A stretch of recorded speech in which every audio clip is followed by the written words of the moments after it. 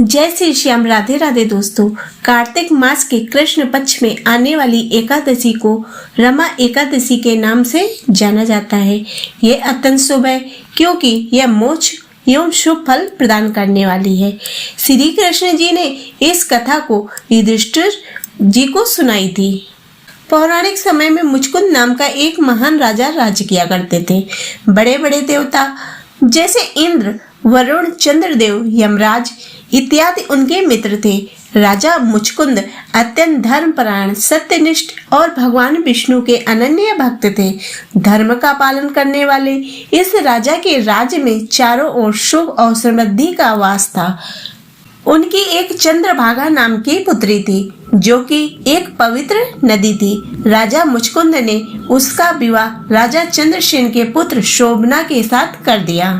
कुछ समय बाद शोभना अपने ससुराल आया। उस समय चंद्रभागा भी अपने मायके में थी। शोभना को लगा कि उसके इस प्रकार आने से उसकी पत्नी चंद्रभागा प्रसन्न हो जाएगी, लेकिन ऐसा नहीं हुआ। इसके विपरीत वह अपने पति को देखकर अत्यंत चिंतित हो गई। अब शोभना को भी आश्चर्य हुआ कि चंद्रभागा उसे देखकर इस प्रकार चिंतित क्यों हो गई। चंद्रभागा की चिंता का कारण यह था कि अगले दिन ही एकादशी थी और नियम के अनुसार राजा मुचकुंद के राज्य में सभी प्रजागणों के लिए इस व्रत का पालन करना अनिवार्य था।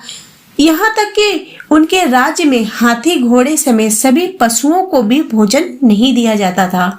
चंद्रभागा जानती थी कि उसके पिताजी इस नियम के प्रति अत्यंत कठोर हैं और साथ ही उसकी विडंबना यह थी कि उसका पति शोभना शारीरिक रूप से काफी कमजोर था और भोजन के बिना नहीं रह सकता था। शोभना के लिए एकादशी व्रत का पालन करना असंभव था। चंद्रभागा ने अपने पति को अपनी व्यथा का कारण बताते हुए कहा कि हे स्वामी, मेरे पिता एकादशी व्रत के पालन को लेकर बहुत कठोर हैं। दशमी के दिन से ही पूरे राज्य में ढोल नगाड़े बजाकर इस बात की घोषणा करा दी जाती है कि सभी के लिए इस व्रत को करना अनिवार्य है। मुझे पता है कि आप भोजन के बिना नहीं रह सकते, इसीलिए आप किसी और जगह चले जाएं। अपनी पत्नी की बात सुनकर शोभना ने कहा कि अब मैं भी इस व्रत का पालन जरूर करूंगा, चाहे इसका परिणाम कुछ भी हो। ईश्वर की इच्छा से जो कुछ भी होगा अच्छा ही होगा। और इस प्रकार शोभना ने अपने मन में एकादशी व्रत को करने का प्रण ले लिया और एकादशी के दिन व्रत का विधि पूर्वक पालन किया। दिन ढलने तक अत्यंत दुर्बल होने के कारण शोभना का स्वास्थ्य बिगड़ने लगा और रात्रि समाप्त होने तक शोभना ने अपने प्राण त्याग दिए। जब राजा मुचकुंद को इस बात का पता चला तो उन्होंने शोभना का अंतिम संस्कार कर दिया। इस प्रकार अपने पति के देहांत के पश्चात चंद्रभागा अपने पिता के महल में ही रहने लगी। चूंकि शोभना की मृत्यु एकादशी व्रत का पालन करती हुई थी, इसीलिए उससे प्राप्त हुए पुण्य फल स्वरूप हुआ अगले जन्म में मंदराचल पर्वत की चोटी के राज्य का शासक बना। यह कोई सामान्य नगर नहीं था, वह देव नगरी के समान था। उसकी दीवारों पर रत्न जड़े हुए थे।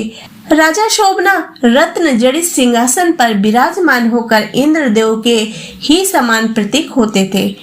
कथा यहीं समाप्त नहीं हुई। राजा शोभना को राजपाट तो मिल गया, लेकिन वह स्थायी नहीं था। चलिए जानते हैं किस प्रकार राजा का राजपाट स्थायी हुआ। एक बार राजा शोभना के राज्य में एक बार सोम शर्मा नामक ब्राह्मण आया और राजा को देखकर वह अत्यंत चकित हो गया। उसके चकित होने का कारण यह था कि वह राजा मुचकुंद के राज्य से आ रहा था और वह शोभना को पहचान गया। राजा शोभना ने भी उसका आदर सत्कार किया। इसके पश्चात ब्राह्मण ने जब शोभना को उसके पूर्व जन्म के बारे में बताया तो उन्होंने अपनी पत्नी चंद्रभागा के बारे में पूछा। सोम शर्मा ने उत्तर देते हुए कहा कि हे राजन, वहाँ सब कुशल मंगल है, लेकिन आपको इस राज्य की प्राप्ति किस प्रकार हुई?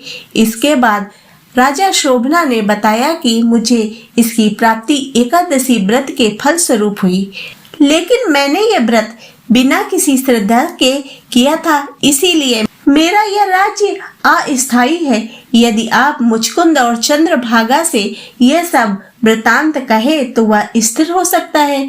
ऐसा सुनकर उस श्रेष्ठ ब्राह्मण ने अपने नगर लौटकर चंद्रभागा और राजा मुचकुंद को सारा वृत्तांत बताया।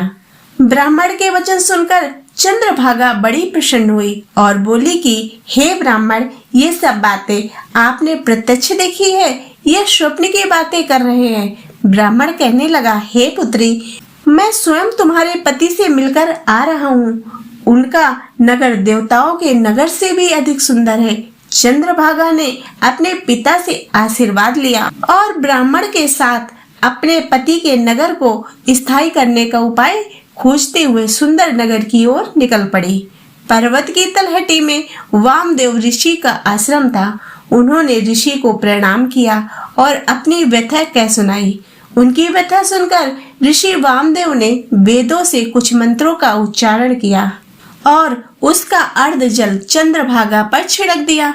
उस महान ऋषि के अनुष्ठानों के प्रभाव से चंद्रभागा को अनेक एकादशियों का पुण्य फल प्राप्त हुआ और उसका शरीर दिव्य चंद्रभागा अपने पति के नगर में पहुंची और राजा शोभना उसे देखकर हर्षित हो गए। अपने पति से मिलकर चंद्रभागा ने अपने एकादशी का अर्जित किया हुआ पुण्य फल अपने पति को दे दिया। साथ ही उसने कहा कि हे स्वामी, 8 वर्ष की आयु से इस व्रत का श्रद्धा पूर्वक पालन कर रही हूँ और इसका पुण्य फल मैं आपको प्रदान करती हूँ, जिससे आपका राज्य पाठ स्थायी हो जाए। इससे राजा शोभना अत्यंत प्रसन्न हुए और दीर्घ काल तक उन्होंने सुखपूर्वक शासन किया। तो दोस्तों, आशा करती हूँ कि आपको ये व्रत कथा पसंद आई होगी। यदि ये व्रत कथा पसंद आई हो तो इसे लाइक करें तथा चैनल को सब्सक्राइब करें।